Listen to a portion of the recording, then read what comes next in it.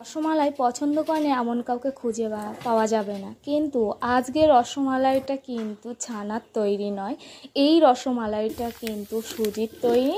তো এখানে কিন্তু আমি সুজি নিয়ে নিচ্ছি। এখানে আপনারা আপনাদের পরিমাণ মতো সুজি নিয়ে সুজিটাকে ভালোভাবে কিন্তু ভেজে নেবে। এর মধ্যে অ্যাড করে দেব গুঁড়ো দুধ, দিয়ে দেব পরিমাণ মতো চিনি। আমি এখানে 3 চামচের কাছাকাছি চিনি দিয়ে ভালোভাবে কিন্তু নাড়াচাড়া করে নিচ্ছি। 2 মিনিট ভেজে নেওয়ার পরেই কিন্তু এর মধ্যে কিন্তু অ্যাড করে দেব জল।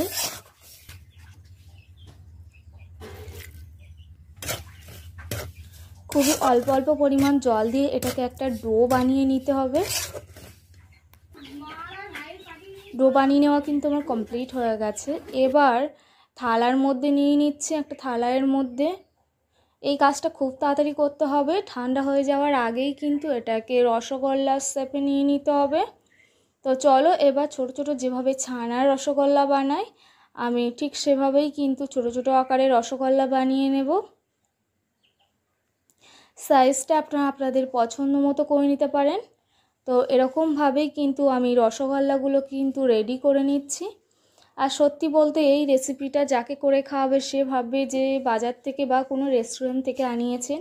সত্যি বলতে এই রেসিপিটা এতটাই মজাদার, ছানার রসমালাই এত মজা এত মজাদার, ট্রাই না করলে কখনোই জানতাম না।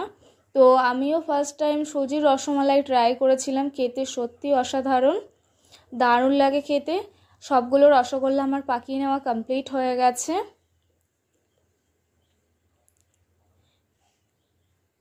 এবার খুব সাধারণ বা খুব ইজিভাবে তোমাদের সঙ্গে শেয়ার করছি রেসিপিটা। এখানে জল দিয়ে দিচ্ছি, কড়াইতে দিয়ে দিচ্ছি 1 প্যাকেট গুঁড়ো দুধ। আপনারা চাইলে এখানে লিকুইড দুধও দিতে পারেন। এখানে পরিমাণ মতো আমি চিনিটা অ্যাড করে দিচ্ছি। চিনিটা অ্যাড করে দেওয়ার পর এখানে কিন্তু ভালোভাবে কিন্তু তেল দিয়ে দিচ্ছি কড়াইতে। দেওয়ার পরে দেখো এই রসগোল্লাগুলোকে, সুজির রসগোল্লাগুলোকে কিন্তু তেলের মধ্যে ভেজে নেব, একটু লাল লাল করে ভেজে নেব।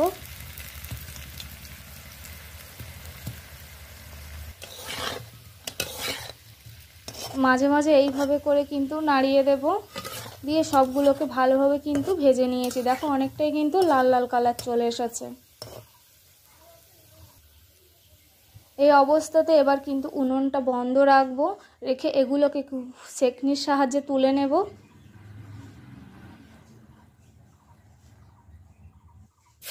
এবার কড়াইতে দুধ দিয়ে দেব।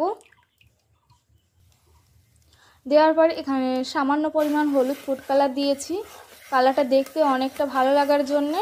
তো আপনারা চাইলে স্কিপ করতে পারেন। এখানে দুধটা রেডি হয়ে গেছে। এবার দেখো ভেজে রাখা সুজির রসমালাইগুলো দিয়ে আমি কিন্তু 4 থেকে 5 মিনিটের কাছাকাছি ভালোভাবে কিন্তু ফুটিয়ে নিচ্ছি। ফুটিয়ে নিলেই কিন্তু কমপ্লিট।